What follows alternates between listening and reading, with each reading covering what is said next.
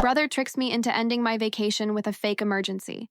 I took my revenge by letting his kids trash the house. Hey guys, I never thought I'd be posting something like this. But the events of the last few days have been so strange, I just had to share. Prepare for an emotional roller coaster. I'm 27. Normally work from home and frequently babysit my brother's kids. He's 33 and his wife. They have two kids, Noah, who's 5, and Susie, who's 8.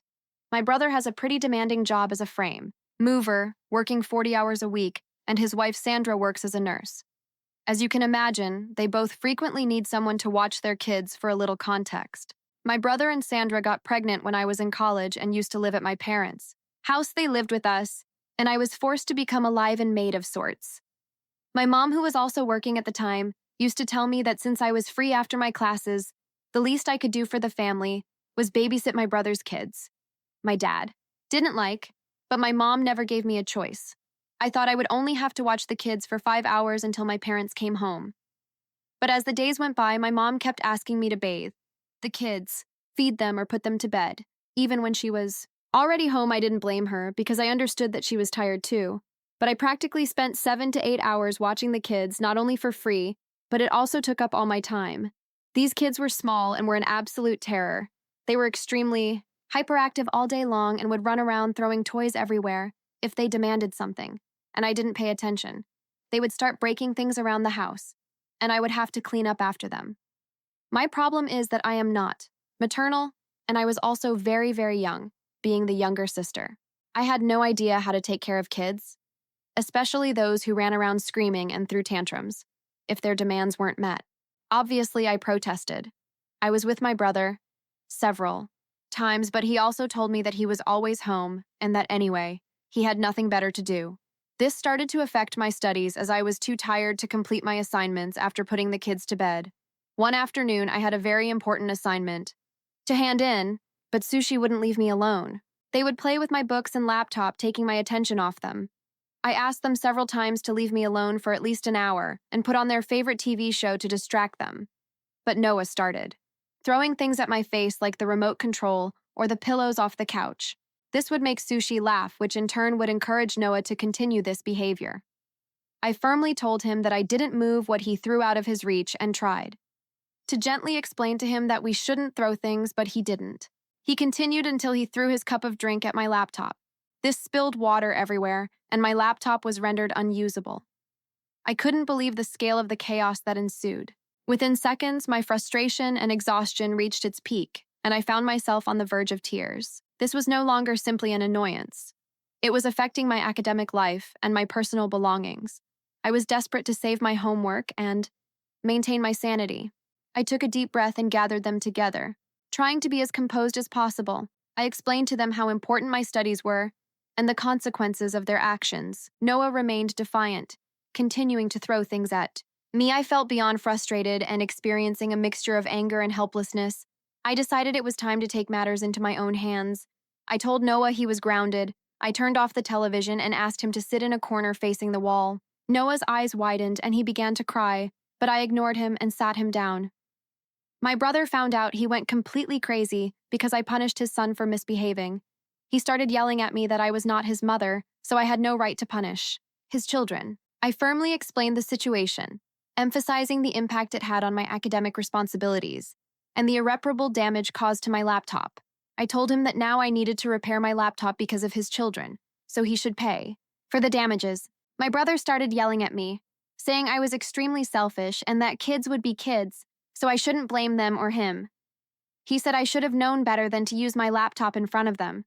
I told him that I was forced to look after his kids, which was affecting my studies, so I had no choice but to complete my assignments while looking after them, as no one else was willing to help me. My brother yelled at me that we were family and that this wasn't a big deal, as they were my nephews. He continued to belittle me, saying that if I punished his kids, they wouldn't like me. I told him that was fine with me, as I didn't need to like them anyway. I needed them to respect me. If they were ever in my care, this angered him, and he said that I was living at my parents' house for free. And apart from university, I had no life anyway, so I shouldn't complain about looking after his kids. He also firmly told me that I wasn't allowed to punish them, so I replied that I was done with him and his kids. My brother was shocked to hear my reply and tried to back off, but I told him if he wanted me to look after his kids, children from the next day, he would have to start paying me or find an alternative.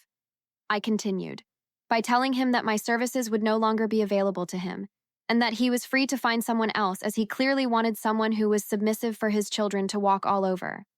And that wasn't going to be me. Later that night, my brother must have told the rest of the family, and my mom decided to barge into my room demanding that I apologize. I blamed my brother and his children. She insisted that as a sister, I should be supportive and help my brother without expecting anything in return. However, I wasn't willing to give in. I calmly explained that although I loved my brother and his family, my time and efforts were valuable, and I deserved fair compensation for the unexpected caregiving responsibilities. As tensions mounted, my dad stepped in supportively. He reminded my mom that I had the right to be compensated for my time and efforts.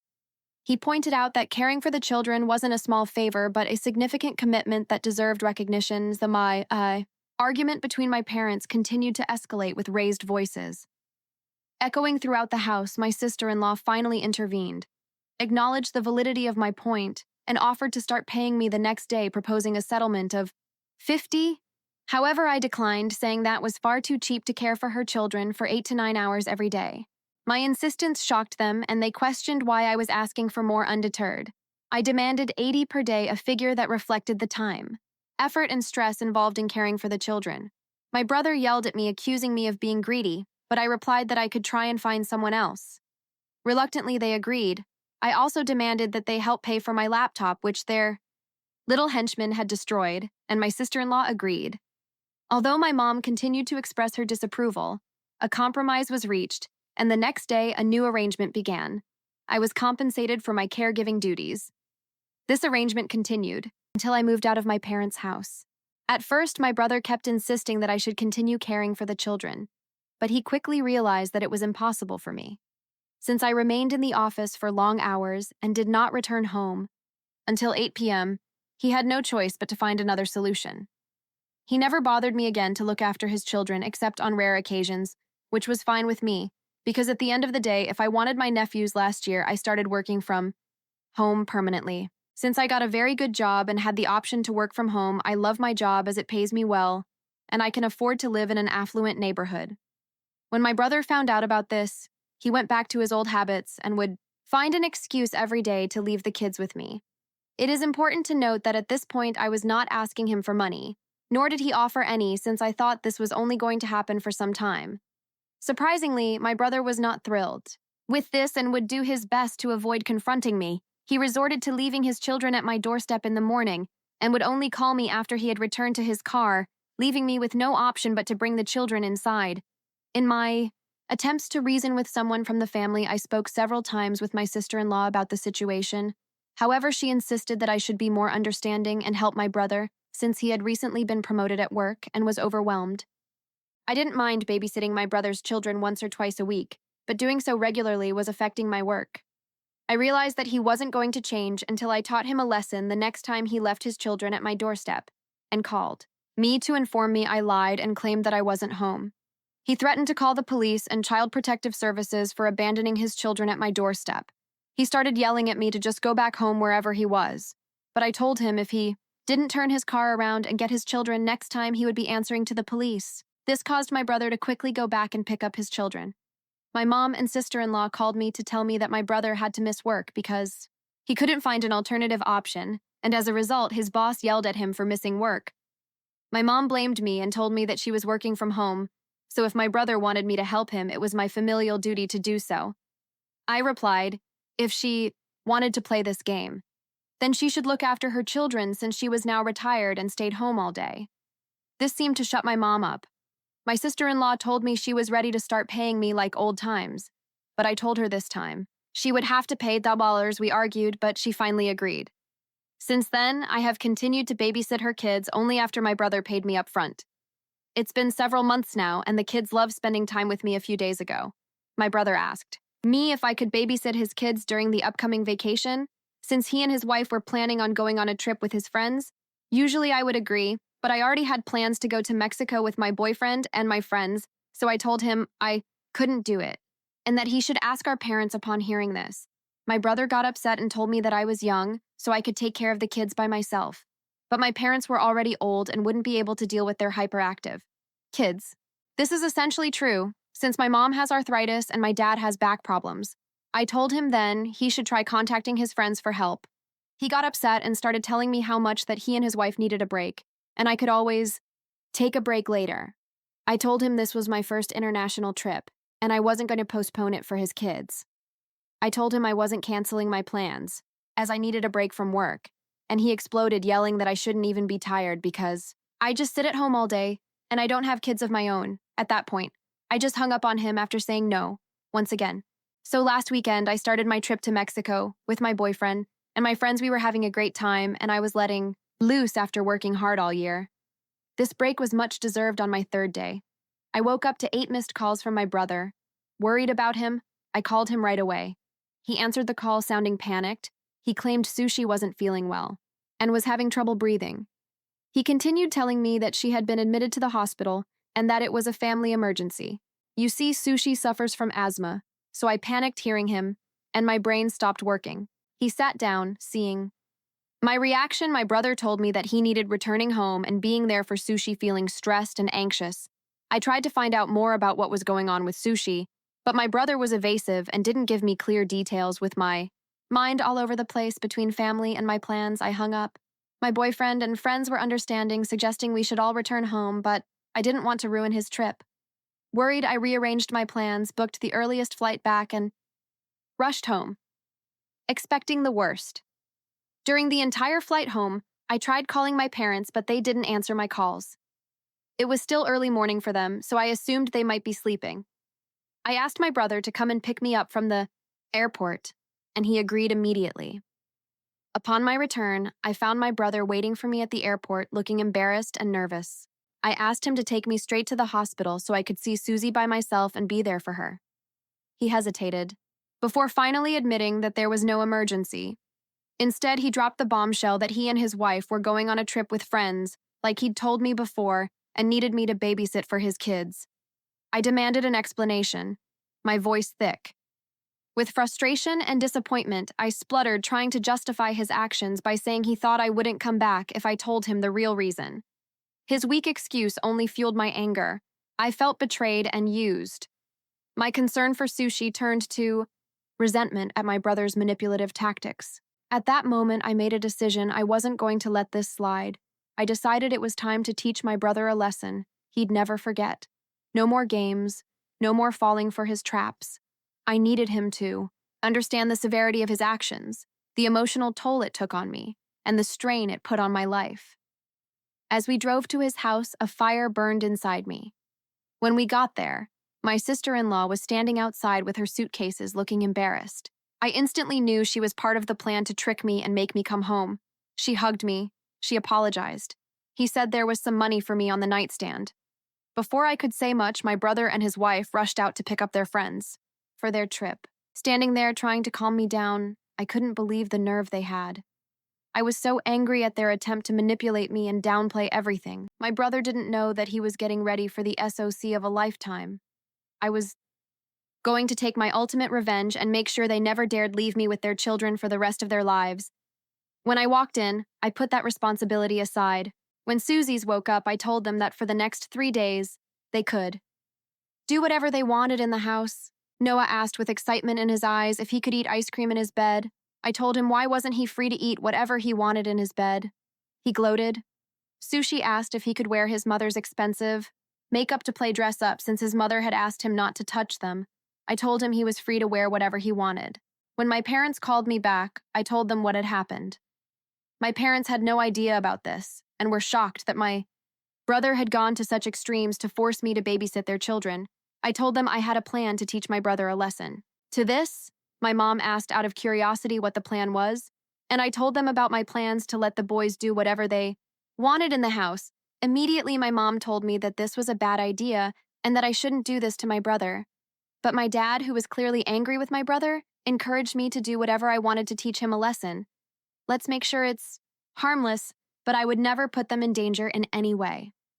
As you can imagine, the boys went crazy and the chaos continued. Over the 3 days, Noah, driven by excitement, tried to turn the living room into his personal soccer field. His kicks and throws sent objects flying, and the sound of things breaking echoed throughout the house. Meanwhile, Susie and I tried our hands at baking. Over the 3 days, I felt like a child among them and allowed them to do whatever they wanted. I watched them with a mixture of amusement and satisfaction. Every time they did something they would otherwise never be allowed to do. They were clearly having the time of their lives while the once neat and clean house was turned upside down. This was my revenge. And it was sweet. Let's make sure they were part of my brother and sister-in-law's lasting memory. The day my brother and his wife returned, they were completely shocked to see what had happened to the house. Their expressions went from scathing, disbelief as they assessed the aftermath. What was once a tidy and organized home had transformed into a realm of creative mess. My brother and his wife went crazy, shouting at me and demanding an explanation for the chaos they walked into. Bro, what the hell happened here? Why is everything such a mess? Yo, oh hi, just a bit of redecorating. Courtesy of Noah and Sushi. Bro, redecorating. You are out of your mind. We trusted you to look after them. Not turn our house into a disaster zone, sister-in-law. This is unacceptable. Look at this mess. And what did you make Sushi do with my makeup, yo? Sushi wanted to use them. She's quite talented with makeup, don't you think? Bro, leave to play. This is not what we agreed on. I'm sure we didn't agree on anything, because they left me standing in their driveway after forcing me to babysit their kids. My brother's face turned red. Hearing this and started yelling louder. He told me that right. Now he couldn't believe what was happening and that they trusted me to babysit their kids. I snorted and told him that trust goes both ways and that I had been tricked into cutting my trip short so they could selfishly go on theirs. I firmly told him that the mess the kids had made could be cleaned up and that he should take it as a lesson to never mess with me again. My sister-in-law demanded his money back since I had destroyed the house. So I told him I babysat the kids for 3 days. And his 50 was the least he could give me. For those 3 days that I babysat his kids, I told them that I wasn't going to let him walk all over me anymore. My brother started to say something, but I stopped him. You know what? This is the last time you'll ever see me. I'm sick of being manipulated and taken for granted and treated like a doormat. The next time they try to leave me in charge of their children, I will involve the police and get a restraining order against them. Consider this the end. Their faces froze, registering the gravity of my words. I turned around, picked up my bags, and walked out, leaving behind a house in disarray and a family stunned by the unexpected turn of events. Ever since, my brother has been calling me, complaining about how he and his wife are now stuck cleaning the house, and the least I could do was apologize to her for being a brat. He's blaming me for everything and keeps saying he did nothing wrong upon calling me back from my trip. Update 1. My mother contacted me within just a few hours. As I expected, she would demanded I call my brother and sister-in-law and apologize for being so stern. She continued to tell me that she knew this would happen. That's why she tried to discourage me. She told me the only way to fix things was to return the 50 along with an apology. I was perplexed. Hearing my mother supporting my brother again when I was clearly at fault, I wanted to cry when she continued to scold me with no regard for my feelings. I quickly hung up and haven't answered her calls since I've talked to my boyfriend about all of this, and he thinks I need to take a break from my family at least for a short while so I can sort out my feelings. I think she's right, and I plan on taking a break from everyone. Update 2. Surprise, surprise. My sister-in-law contacted me with an apology a few days after the chaotic incident. In a calming tone, she admitted her mistakes and expressed genuine remorse. She acknowledged that she shouldn't have let her excitement about the trip cloud her judgment, allowing my brother to manipulate and lie to me. She realized how unfair it was to take me for granted and let her desires blind her to the consequences. Understanding the severity of the situation, she offered a sincere apology, acknowledging the impact of her actions. Then she began pleading with me not to punish the children for their mistakes, emphasizing that they love spending time with me and hoping I would reconsider my position on caring for them. In the future, however, I stood firm in my decision. Let's reassure her. No guilt attempts. I firmly maintained my boundaries. I told her that while I appreciated her apology, I believed that actions speak louder than words, and neither she nor my sister should rely on me for any childcare duties in the future. The call concluded with mixed emotions, but I was glad that she apologized. Update 3. It's been about a month since I shared the story about what happened with My brother, things have improved a bit since my sister-in-law apologized. My brother apologized too, although it wasn't truly sincere. My dad had a serious conversation with him and scolded him for messing with me. I have yet to respond to her apology, in a more positive tone.